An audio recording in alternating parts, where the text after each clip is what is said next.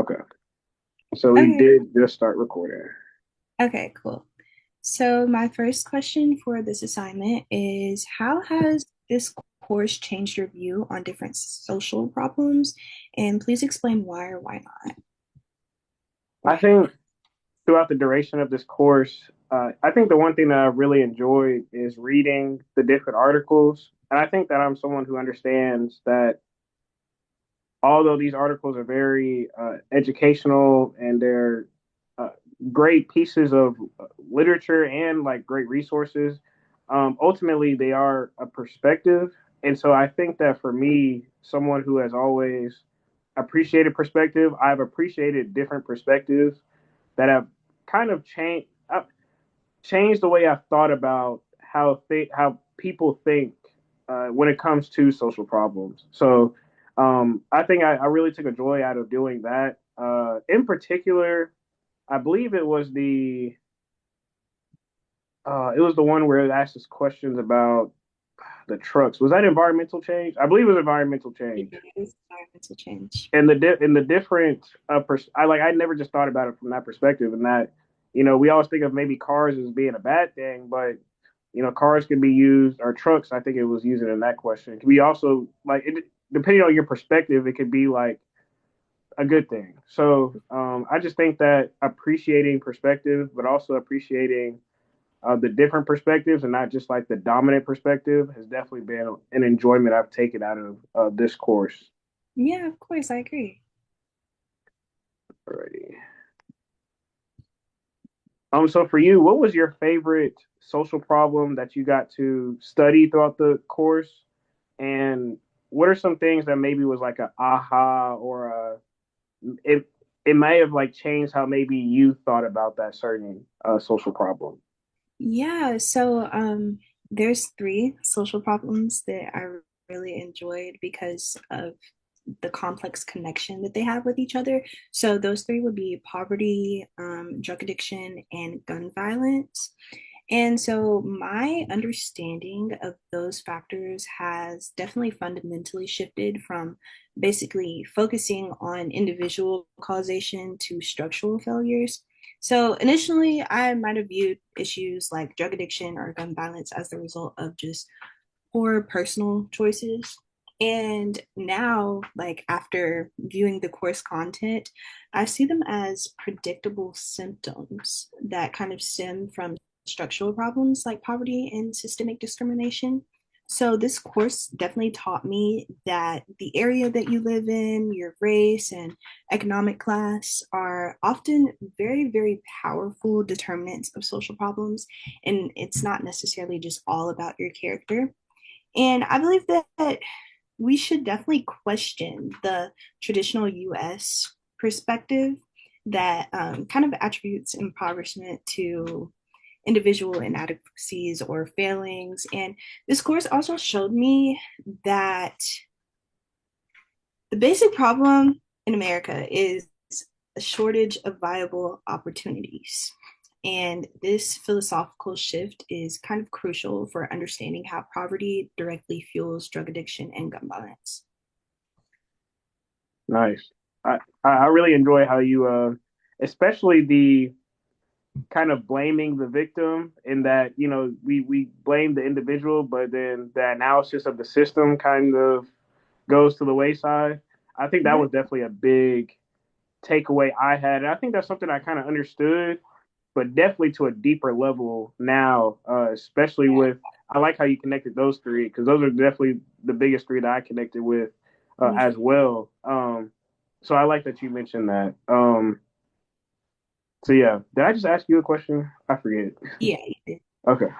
Okay, so for my second question, how can you use the information from this course to spread awareness? I think the greatest thing that you can do, and I'm in school for education, so I think that this will become my life to a certain degree. But I think it's further spreading the information, um, and not being partial to the information, but just sharing the information. Now, I think that it's important to always, I'm a big proponent of the information is neutral, and it's really up to the person to really determine how they take the information, whether they think it's a good or bad, relative to their personal culture, their family culture, racial culture. And I think in this class, we've kind of discussed those perspectives from different, you could say, cultures. And I think that what you could do to spread awareness is, you know, and it's hard in this society because it's hard. You can't just say facts are facts because even Right. the facts are kind of like environmental change, for instance. You Mhm. can feed somebody a whole lot of facts, but then they're always going to go back to, well, who gave you the facts, and then Correct. who pays them to, you know. So I think it's just about making the information available and letting the people kind of make their own what they want to do with it. Now, when it comes to awareness, I think it's showing the information, but I guess in the context of maybe change that comes from that awareness, I mean that's Mhm. something that the individual can't necessarily dictate, but you have to have the information first before you can do anything. Someone who is confused will stand still. So, um, I just think the more information that you give someone, the more information that you make available to people who may not have access to that type of information, that type of education, I think is definitely a way that you can contribute to uh, making maybe the negatives in our society some positives. So, Right. I agree. alrighty. So my second question was, can you describe an example we studied that showed how social problems affect people differently based on factors like race, gender, or class? Yeah, so one of the main concepts that I noticed in the course was kind of the conflict theory model.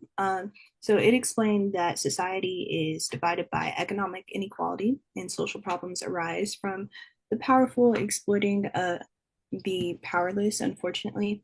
And this perspective allowed me to connect my three issues. So, one, poverty is the primary resource conflict. And then two, gun violence often occurs in areas of intense competition for scarce resources and lack of opportunity. That's where the race and ethnicity identity kind of comes into play. And then three, the harsh approach to drug addiction. So the criminalization of drug addiction is a form of social control, and that is used to maintain the marginalized status of the poor rather than address the core like causes of drug addiction. And a second thing was that like one thing that helped me understand the problems more is also understanding that structural failure has a very strong link to the decline of economic opportunity as well. So, for instance, historically, there was a significant loss of unionized factory jobs in New York City. This was in the 1900s, I do believe. And that meant that opportunities for upward mobility or for immigrants and people of color were fading. And this economic vacuum is kind of what forces individuals into illegal economies, such as the drug trade, which is a key driver of drug addiction and gun violence. And then can you repeat your question one more time? And then I asked, so you talked about the model, Mm-hmm. and then okay, so how did that model kind of help you better understand the different social problems that we talked about? You kind of answered that, but Okay. so yeah, I'll just leave the answer as that. yeah. Okay. Let's see. Question number three. How did this course change the way that you anticipate and engage with different social issues? Yeah. So the one component of this course that, to be completely honest, I was kind of that it was new to me, but I was kind of like, man, like this is like some extra work. But in the end, I really appreciated was the video discussion board post. And I think that it's one thing to see something written down and just to read it, but it's another thing to be able to like appreciate people's like seeing people, having them talking to a camera, and like you kind of like interacting with them in that way. Because throughout the course, we kind of interacted with each other throughout the discussion board post, but not just through writing through each other, but through actually like kind of like talking to each other. And I think Yeah, I really appreciated that because it made me that engagement kind of changed for me. It changed from a more writing and more like I don't know, just like a really kind of not personal kind of approach to a real kind of personal approach. Because yeah, although we weren't face to face, we were kind of responding to the different prompts, and there'll be some times where our interpretations of the different prompts and things that we had to read was different. And so that definitely. made you even that made it wasn't a cookie cutter kind of situation. So it kind of really made me, I think moving forward, I'll definitely engage with it's made me kind of appreciate that engagement of that person to person engagement when it comes to whether we agree or disagree, or if we're just having a discussion. So I think nowadays with the rise in social media and kind of the really polaristic kind of nature that a lot of social problems kind of have, Mhm. this class kind of really made me appreciate and look forward to the interactions that can come from these various social problems in the future for sure. Definitely. And then for this next question, can I go ahead and redo the last question? Yes. Okay, I answered the wrong one on my notes. So, to answer your question correctly, a powerful example that we studied was the difference in how the opioid crisis has been treated in different communities based on class and race. So I kind of addressed that. So when addiction was primarily concentrated in impoverished, in inner city minority communities, the government definitely responded with a lot more aggressive policing and harsh minimum sentences. And this approach can be kind of coined as the criminal justice approach. But when opioid addiction moved from these marginalized communities into predominantly white, suburban, and rural communities, the narrative shifted from one, it shifted to more of a public health and compassion and treatment based approach. So, this is the medical approach, I guess. And this demonstrates a clear differential impact based on class and race, and it shows how systemic responses intensify poverty in some groups while offering relief to others. So this kind of connects to the war on drugs conversation that we had in this class. Absolutely. Yeah. And then go on question. Yeah. So what is the most important thing that you learned from this course and how does it contradict your earlier preconceptions? I think the most important thing that I learned from this course is definitely that, and you've kind of spoke to it, but nothing happens in a vacuum. There is always a context or there's always a context and a system for things to happen, and there's always a trickle down effect. And I Mhm. think in every article, there it was kind of that. It really kind of showed you once you take away the specificness of the article, what social problem is talking about. Largely, Mhm. you can sum it up to nothing happens in a vacuum. There's always a reason why these different things are a thing, right?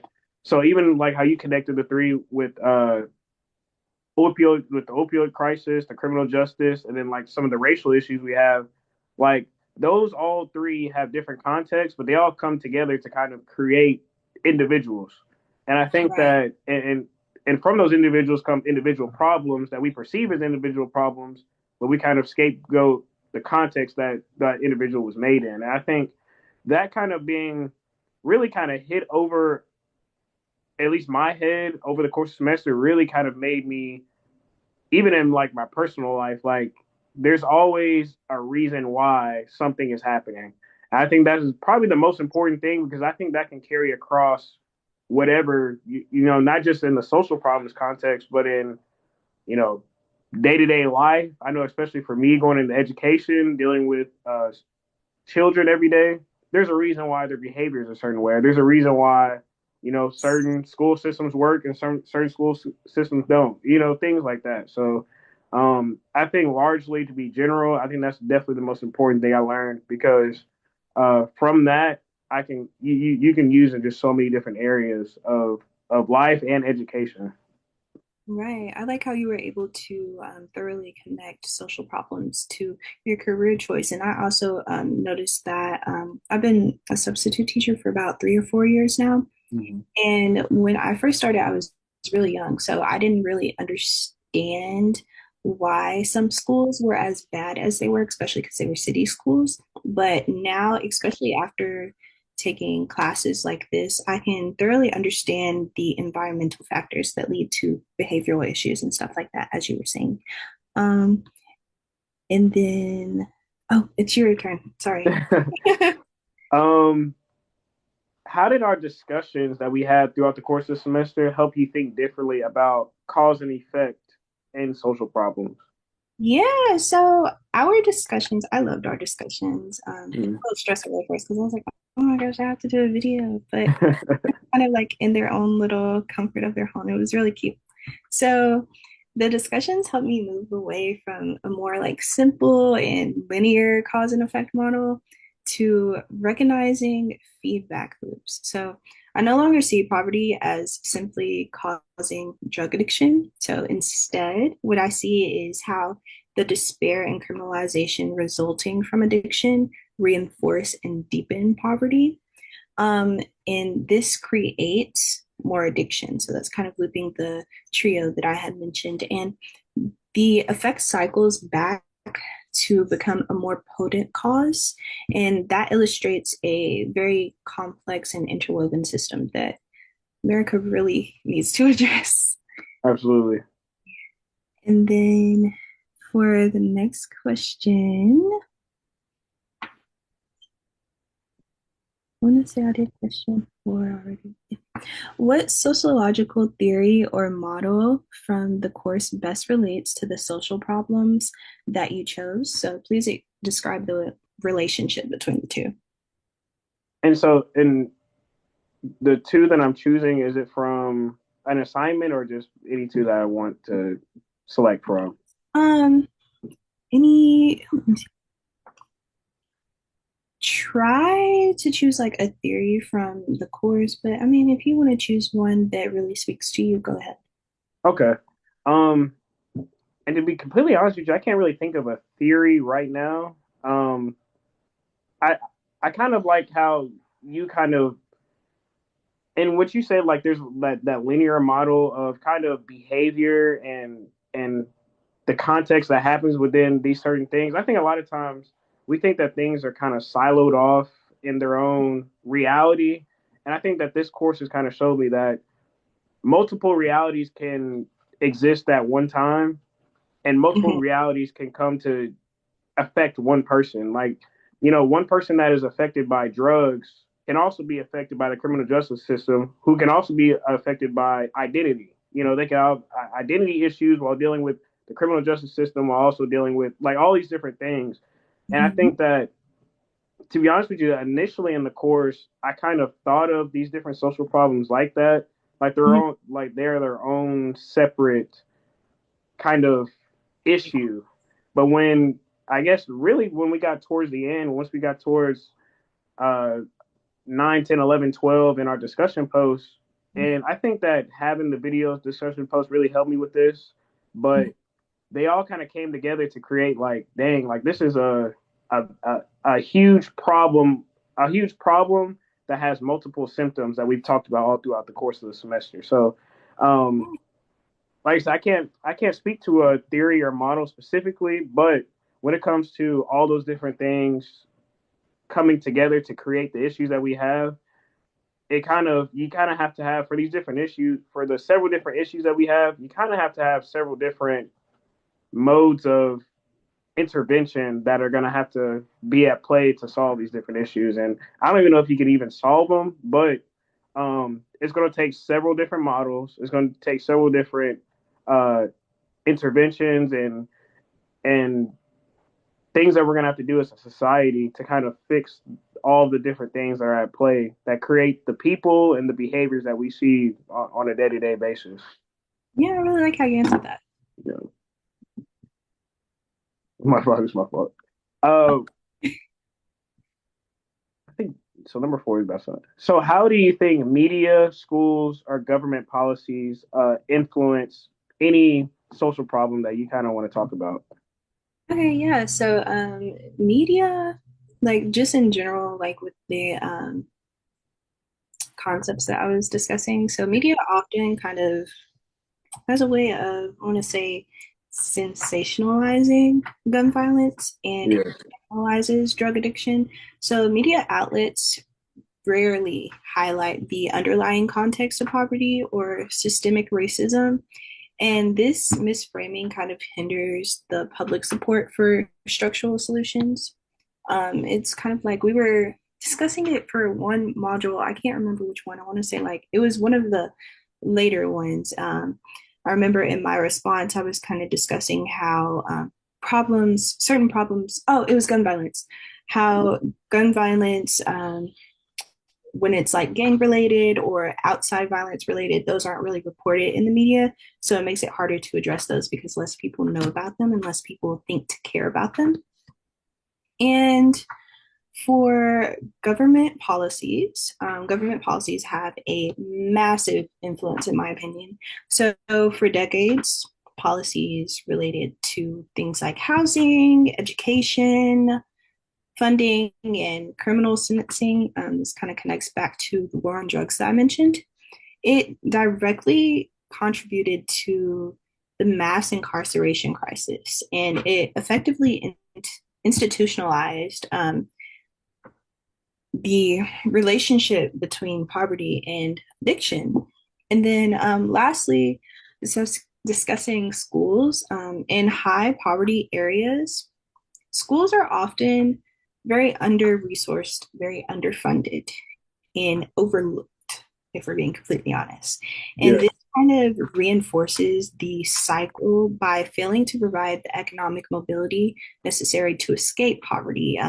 And whenever that happens, it kind of reinforces the violent issues and things like that because they don't know anything else. They haven't been taught anything else. They haven't been shown that there's another solution or there's another option besides either violence or drugs.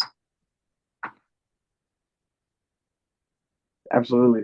That was a great answer, and I like how you kind of connected all of them because, like, and I know I'm kind of re-saying this, but there's just so much that goes into every single problem, and even like the social media has kind of really added another, I don't know, just another whole nother reality of issues that can, I guess, issues and solutions that can come to several different these problems. So I like how you kind of connected those.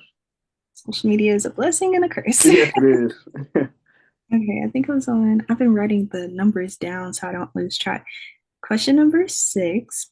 How does, just relating back to your previous answer, so how does your previous answer kind of apply to the evidence that your opinions are reliant on? Well, I think that kind of my basis is that I'm a really, and it's weird because you can never really say that you're impartial to certain things or partial to certain things. But I think Mhm. understanding that several different things can come together to make several different problems or several different problems in one person. I think that throughout using kind of that model of thinking, uh, I kind of use that for when any type of literature is put in front of me or any type of media is put in front of me, I kind of come at it from that perspective and that it's really bigger than the thing that I'm seeing.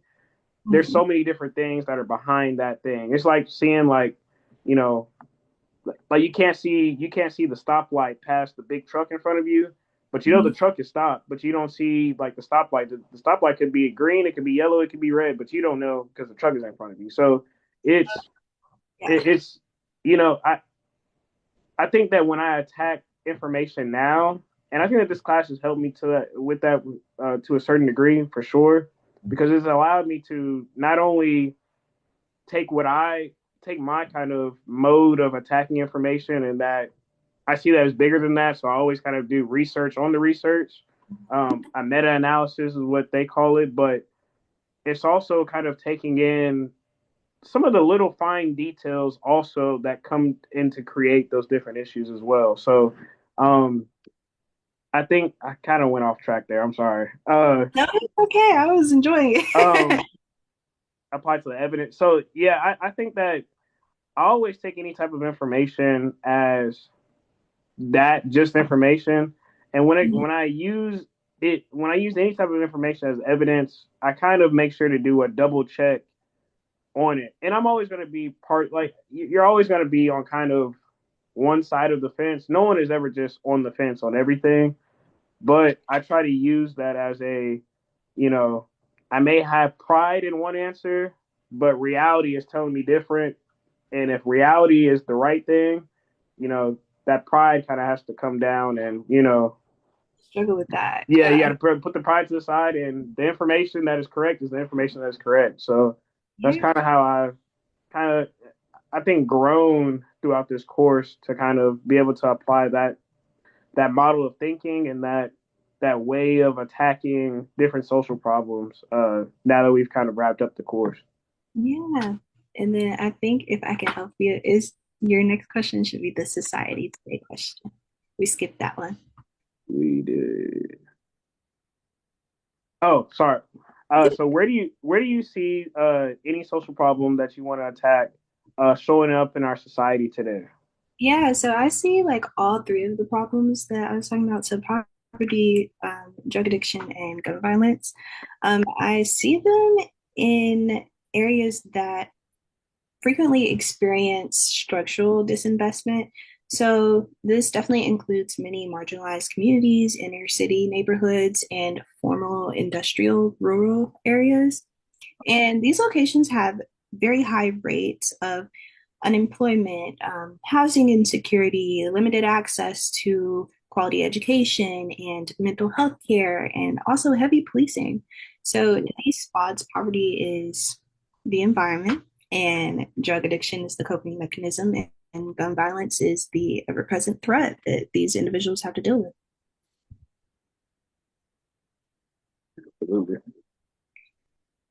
And then, question number 7.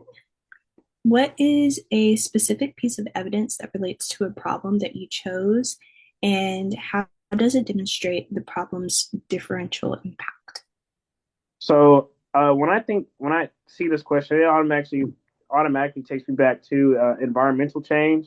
And in one of the articles, it kind of basically showed, or it showed in the article that there's a whole bunch of scientific research that shows that all these different things that what do you call it, global warming, like that you can't.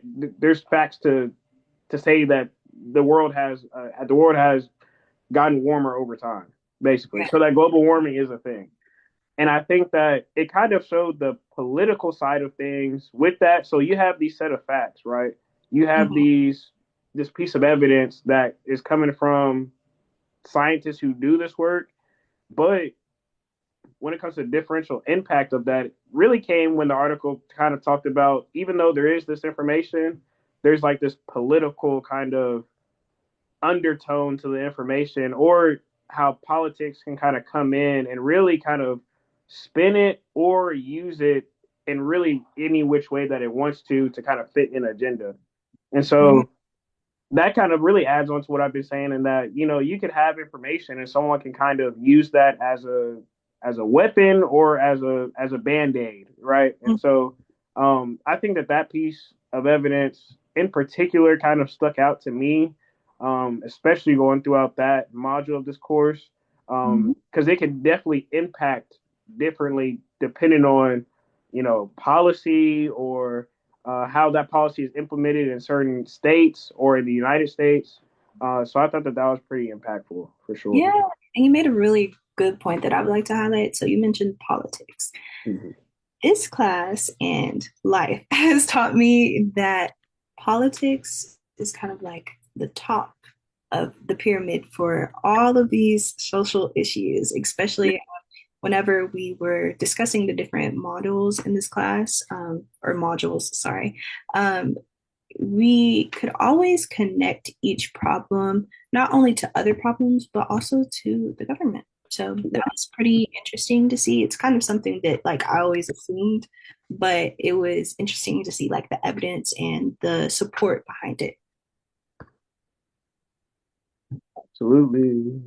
I I should be on what role, correct? Yep. I just skipped. Okay. What role do individuals or communities play in helping solve any social issue that you kind of want to talk about, or multiple social issues? Okay, yeah. So while I kind of focus on structural change, individuals and communities are vital in mitigating the harm and building the resilience. So, communities can create mutual aid networks, establish neighborhood watch programs to address gun violence, and also run things like overdose prevention programs. And this would provide the care that states often fail to supply. And then individuals also have a role. So their role is a role of advocating for policy change and actively challenging the narratives that blame the victims of poverty, violence, and addiction. And that was kind of seen whenever we were discussing news coverage in the gun violence article as well. Yes. How did your morality influence your choice to study specific social problems? I'll even take it up from, I guess, up or down from depending on perspective, but morality and definitely kind of I think for me is more of a morality and kind of my background as a human being and as a person kind of Mhm. really influenced.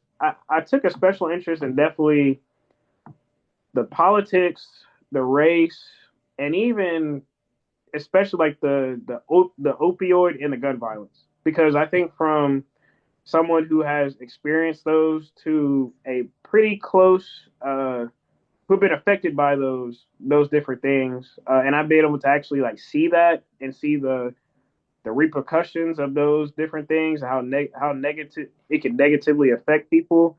Mhm. I think that comes first because my experience is always my experience, but then you kind of build your morals through experience. But you know, there's also the argument that you kind of come into the world with morals. But to answer your question directly, I think that definitely kind of what I stand on definitely makes me want to have a particular interest in certain social problems, definitely the ones I spoke to. Mhm. And, you know, my that even goes into like my career choice and kind of some of the things I do in the community with the different organizations I'm a part of.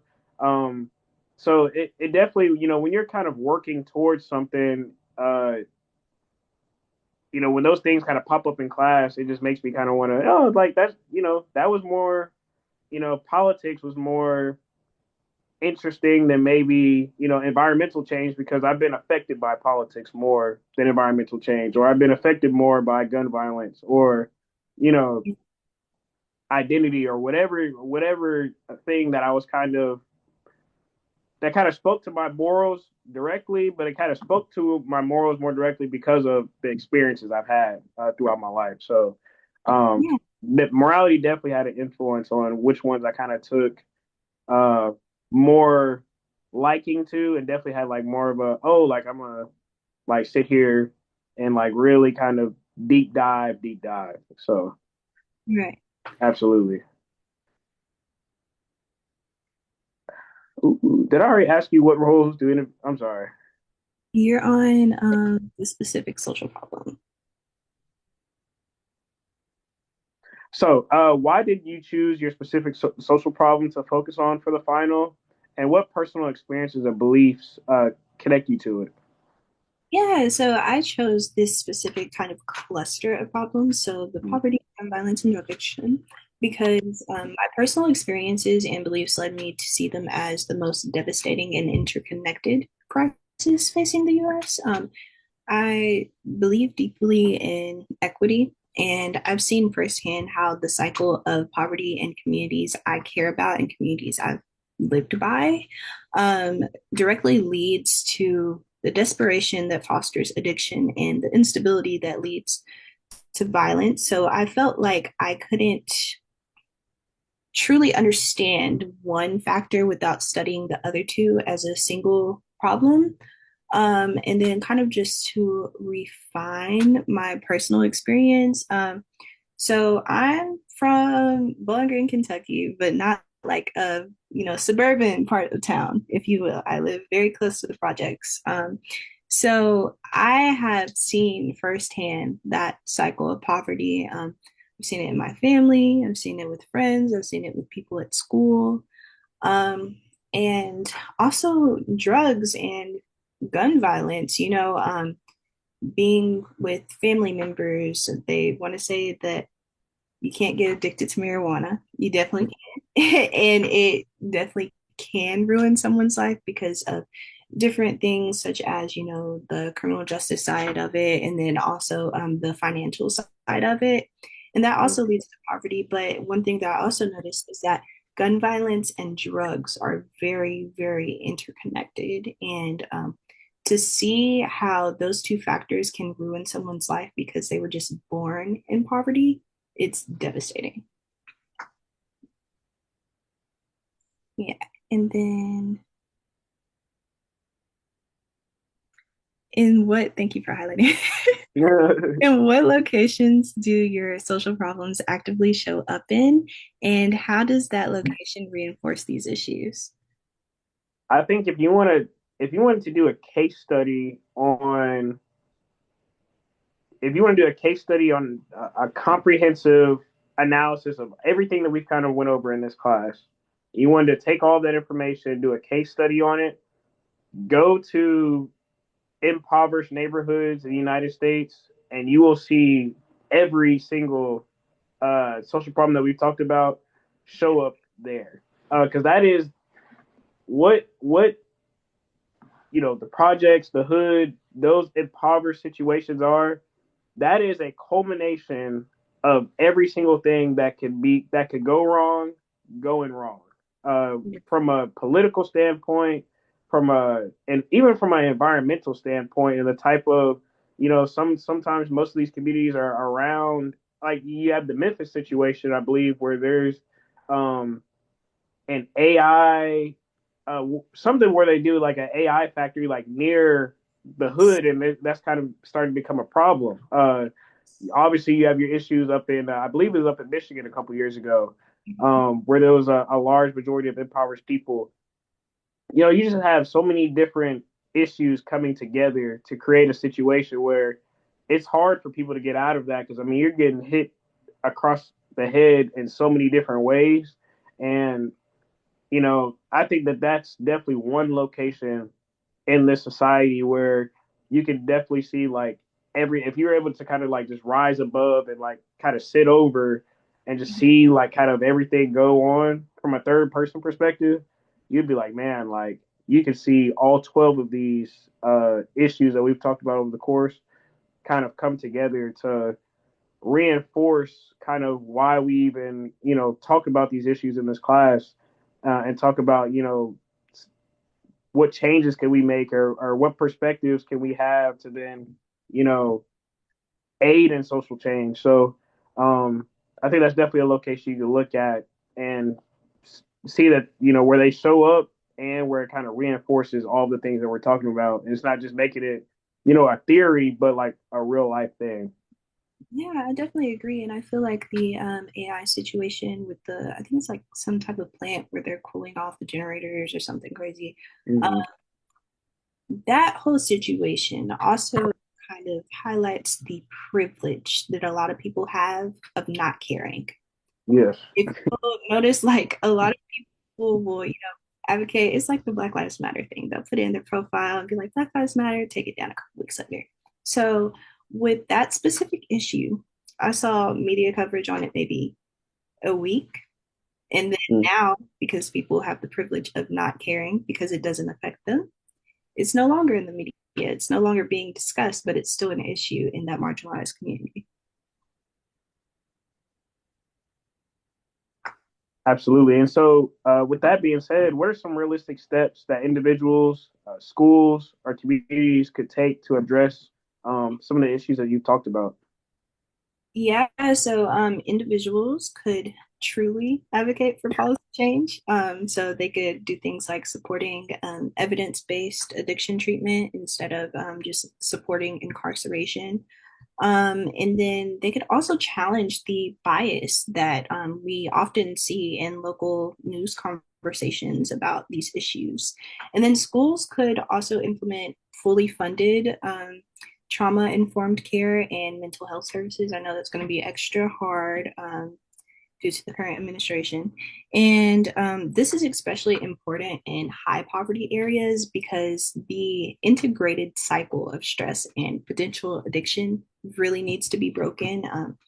It's a long cycle. Mhm. And for communities could support community violence intervention programs that use violence interruption methods. So harm reduction sites for addiction treatment should also be established. And both of these methods are kind of more localized and they're also proven strategies that can be useful to address both violence and addiction.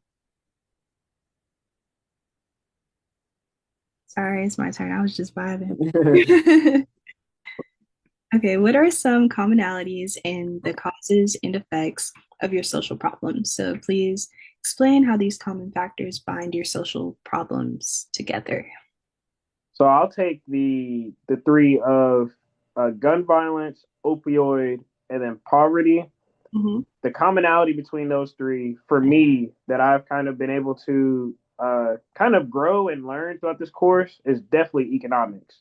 That is Mhm. one commonality that between those three, if you change the economic uh, if you change the economic kind of reality of the people who experience or have some type of dealing with those three, which in a lot of cases those three kind of, I wouldn't say work together, but you'll see those three kind of near each other. Right. Um, and but the thing that could aid that or could lead to more of it is definitely economics. You tell someone if you don't give somebody a job, and even criminal justice comes into this too, because you lock somebody up and then they get out and they can't find a job, and then what do they have to do? They have to do the exact same things that got them locked up because they have Mhm. no other choice because they can't get a job, right? So, you know, you don't see too many people who are economically advantaged, having a lot of these issues. Now, I'm definitely not saying that just because you are advantaged economically or you're comfortable economically that you can't have any of these issues, because that would be very that's just not true, and that's not reality. But when you look at the situation that I talked about in my last response, if you want to go to the hood, if you want to go to the projects, if you give a lot of the especially in my case personally, if you get a lot of the black males an opportunity to take care of their families, take care of their kids, and you give them the economic ability to do that, I think a lot of the issues that some of these social problems can kind of create, would you say you can't say they would totally go away, but you could definitely maybe say that it would be less of a problem than what it is now. So Yeah. I definitely saw that economics was definitely a commonality between a lot of the social issues and those in particular. Yeah, and then like you were talking about opportunities, so that kind of makes me wonder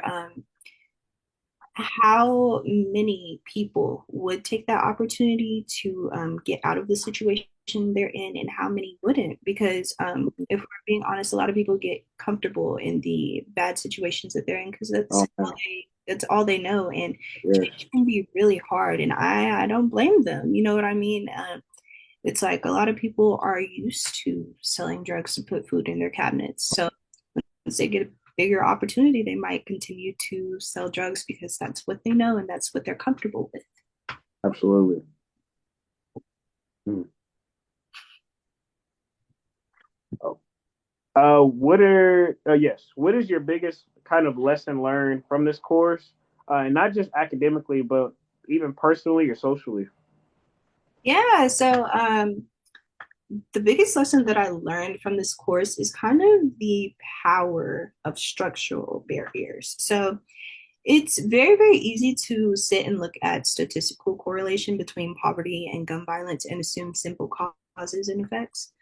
However, the course kind of showed me that the structure of our society, so things like housing laws, labor laws, criminal justice policies, are active mechanisms that keep these problems bound together. And personally, this issues a shift from charity to justice. Sorry, that answer was short. No.